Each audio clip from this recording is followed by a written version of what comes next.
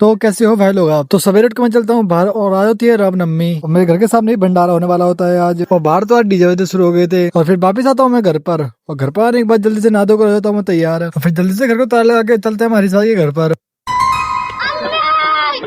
और फिर हरीश भाई को बुलाकर गड्ढे की चाबी लेकर चलते हैं हम। और अभी हमें जाना था गौ माता को केले खिलाने के लिए, पर उससे पहले हमें जाना था मंडी केले लेने के लिए। और फिर क्या जल्दी से गड्ढे स्टार्ट करके चलते हैं मंडी के लिए। और फिर जल्दी से पहुंचते हैं मंडी और गड्ढे खड़ा कर लेकर आते हैं हम केले। केले को डिग्गी में डालने के बाद निकलते हैं हम जल्दी से गौशाला के लिए। और फिर जल्दी से आते हैं हम गौशाला में और केले लेके चलते हैं गौ माता को खिलाने के लिए।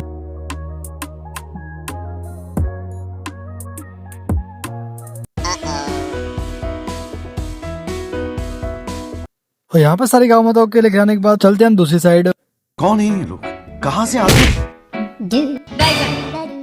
और फिर जल्दी से यहाँ पर भी सारी गाँव माताओं को केले खिलाते हैं।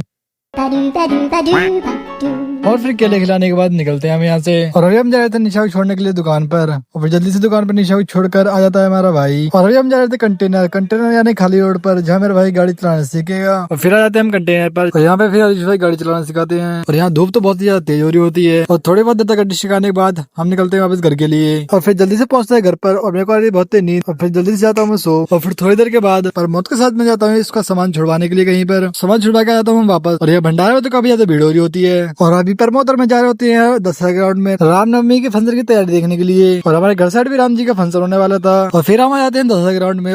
और यहाँ की तैयारी तो काफी अच्छी हो रही थी। तैयारी देखने के बाद चलते हैं वापस घर के लिए। और वापस आके देखते तो भंडारा खत्म हो गया होता है।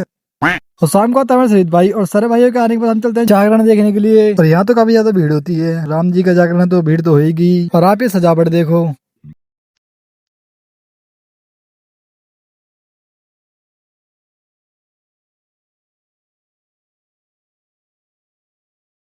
और उसके बाद फिर हम अंदर आके बैठ जाते हैं। और थोड़ी देर के बाद हम जाते हैं सबसे आगे। और आगे जाके देखते हैं तो यहाँ पे हनुमान जी खड़े हुए होते हैं। और हनुमान जी के साथ एक तो फोटो खिंचाने के बाद हम चलते हैं वापस अपनी जगह पर। और रात ज्यादा होने के बाद हमारा आता है घर से फोन, तो हम फिर निकलते हैं यहाँ से। और पहले तो हम छोड़ करते हैं सारी उसको घर पर और फिर निकलते हैं हम अपने वापस घर के लिए। और ये ब्लॉग था यहीं तक। ब्लॉग अच्छा लगा तो लाइक सब्सक्राइब जरूर करना। मिलते हैं अपने नेक्स्ट ब्लॉग में।